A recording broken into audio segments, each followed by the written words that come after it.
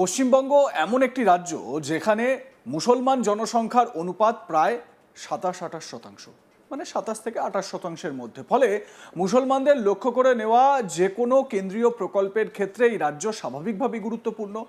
এই বাজেটের একটি বড় অংশ যায় বিভিন্ন কেন্দ্রীয় প্রকল্পে, যেগুলির লক্ষ্য মুসলমানদের বসবাসকারী পিছিয়ে পড়া এলাকাগুলির উন্নয়ন। রাজনৈতিক বিতর্ক, শিরোনামের উত্তেজনা আর সামাজিক মাধ্যমে দাবি পাল্টা দাবির বাইরে গিয়ে আজ আমরা দেখব ঠিক কত টাকা বরাদ্দ হয়েছে, কোথায় খরচ হওয়ার কথা, আগের বছরগুলোর সঙ্গে তুলনায় এই সংখ্যা কি বলছে এবং সবচেয়ে গুরুত্বপূর্ণ, এই বরাদ্দ আদৌ বাস্তবে কতটা প্রভাব ফেলতে পারে। প্রথমেই সংখ্যায় আসা যাক। কেন্দ্রীয় বাজেট ২০২৬-এ মুসলিমদের উপকারে আসতে পারে এমন প্রকল্পগুলির দায়িত্বে থাকা মন্ত্রকের জন্য মোট বরাদ্দ রাখা হয়েছে প্রায় ৩,৪০০ কোটি টাকা। গত অর্থবর্ষ অর্থাৎ ২০২৫ সালে এই বরাদ্দ ছিল ৩,৩৯৫ কোটি ৬২ লক্ষ টাকা, অর্থাৎ নামমাত্র বৃদ্ধির অঙ্ক দাঁড়াচ্ছে ৪,৩৮ কোটি টাকায়। এখানে আমরা যদি শতাংশের হিসাব করি তাহলে দেখা যাবে এই বৃদ্ধি 0.1%-এরও কম। অর্থনৈতিক ভাষায় বললে এটি কার্যত একটি নমিনাল ইনক্রিজ, অর্থাৎ কাগজে কলমে সামান্য বৃদ্ধি, কিন্তু বাস্তবে মুদ্রাস্ফীতির হার ধরলে প্রকৃত অর্থমূল্যে এই বাজেট প্রায় স্থির বা কিছু ক্ষেত্রে কমতেও পারে। কারণ বর্তমানে ভারতের গড় মুদ্রাস্ফীতি প্রায় ৫-৬% আশেপাশে ঘোরাফেরা করছে।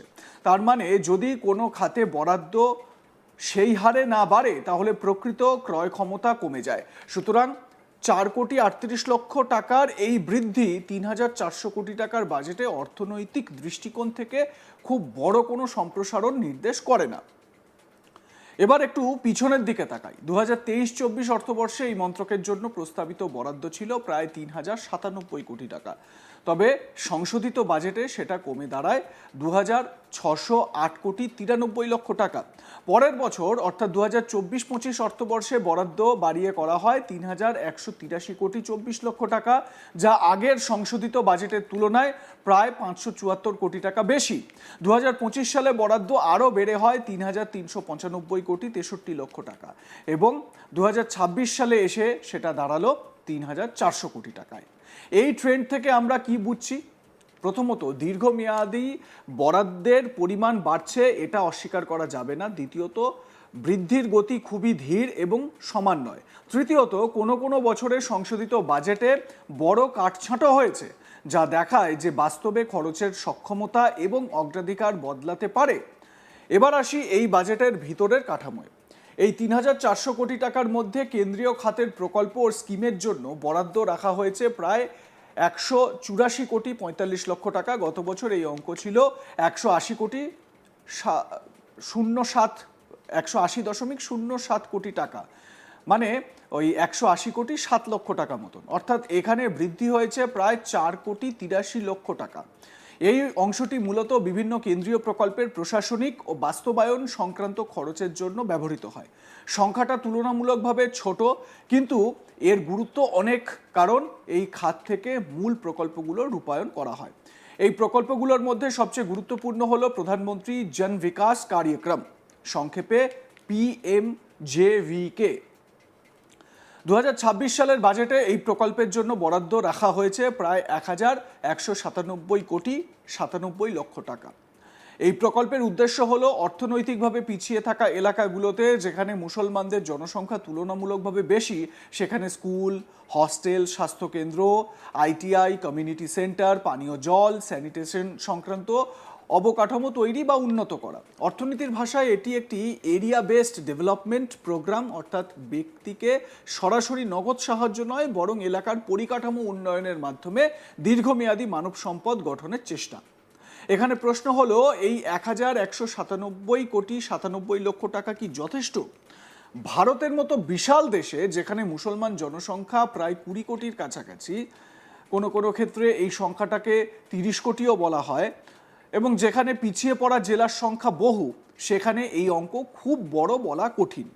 যদি আমরা ধরে নিই এই অর্থ ১০০টি জেলার মধ্যে ভাগ হচ্ছে, তাহলে গড়ে প্রতিটি জেলার ভাগে আসে প্রায় ১২ কোটি টাকা। বাস্তবে অবশ্য বন্টন সমান হয় না, কিন্তু এই গড় হিসাব থেকেই বোঝা যায় প্রকল্পের স্কেল খুব বড় নয়। মানে 12 কোটি টাকায় কোনো একটি জেলায় যেখানে সংখ্যালঘু অধ্যুষিত বলে পরিচিত সেই এলাকার উন্নয়ন সার্বিকভাবে সারা বছরের জন্য কী বা হতে পারে। এবার আসি নারী কেন্দ্রিক কর্মসূচির কথায়। বাজেট নথিতে বলা হয়েছে মুসলিম নারীদের জন্য নেতৃত্ব প্রশিক্ষণ, আর্থিক সাক্ষরতা, দক্ষতা উন্নয়ন এই ধরনের কর্মসূচিতে জোর দেওয়া হবে। অর্থনৈতিক দৃষ্টিকোণ থেকে এই ধরনের হিউম্যান ক্যাপিটাল ইনভেস্টমেন্ট দীর্ঘমেয়াদে গুরুত্বপূর্ণ, কারণ নারী শ্রমশক্তির অংশগ্রহণ বাড়লে দেশের মোট উৎপাদনশীলতা বাড়ে। এটা বিশ্বব্যাংক এবং IMF এর বহু রিপোর্টেই বলা আছে। কিন্তু এখানে আবার সেই একই প্রশ্ন, এই কর্মসূচিগুলোর জন্য বাস্তবে কত টাকা যাচ্ছে, কতজন মহিলা এর আওতায় আসছেন এবং প্রশিক্ষণের পর তাদের আয় বা কর্মসংস্থানের অবস্থায় কি পরিবর্তন হচ্ছে, এই ডেটাগুলো এখনও খুব সীমিতভাবে প্রকাশিত হয়।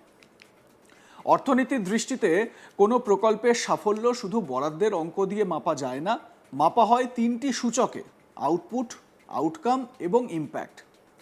আউটপুট মানে কতগুলো স্কুল, হস্টেল, ট্রেনিং সেন্টার তৈরি হলো। আউটকাম মানে কতজন ছাত্রছাত্রী বা মহিলা সেখানে প্রশিক্ষণ পেলেন বা তারা নিচ্ছেন।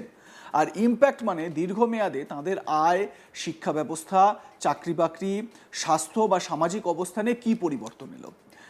এই শেষের দিকের তথ্যগুলোই সবচেয়ে গুরুত্বপূর্ণ, কিন্তু সবচেয়ে কম আলোচিত হয়।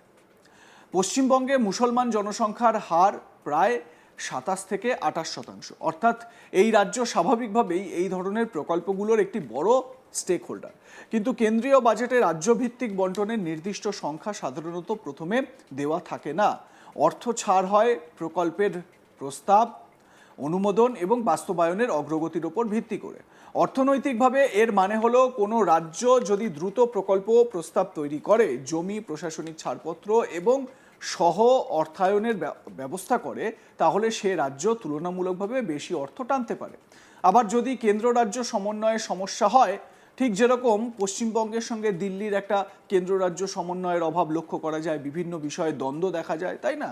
তো সেরকম যদি হয় তাহলে বরাদ্দ টাকা থাকা সত্ত্বেও অর্থ খরচ না হয়ে পড়ে থাকতে পারে, যাকে বলা হয় আন্ডার ইউটিলাইজেশন, মানে ব্যবহার করাই হলো না। গত কয়েক বছরে বহু কেন্দ্রীয় প্রকল্পেই এই সমস্যার কথা শোনা গিয়েছে। বরাদ্দ আছে কিন্তু খরচের হার কম। অর্থনৈতিক পরিভাষায় বললে কোনো খাতে যদি সরকার সত্যি অগ্রাধিকারমূলক বড় বিনিয়োগ করে, তাহলে আমরা সাধারণত দেখি অঙ্কের শতাংশ হারে বৃদ্ধি, অথবা মোট বাজেটের ভেতরে সেই খাতের অংশ উল্লেখযোগ্যভাবে বাড়ছে। 3,395 কোটি 62 থেকে 3,400 কোটিতে যাওয়া এটা কোনোভাবেই বড় স্কেল আপ নয়, একেবারেই নয়। বরং এটা বলা যায় স্টেটাস কুয়ো বজায় রাখা হয়েছে। তো এ বিষয়ে আপনাদের মতামত কি? লাইক, কমেন্ট, শেয়ার করে জানাতে ভুলবেন না। দেখতে থাকুন আজ তাক বাংলা, সাবস্ক্রাইব করুন আমাদের ইউটিউব চ্যানেলটি, বেল আইকন প্রেস করুন নোটিফিকেশন পেতে।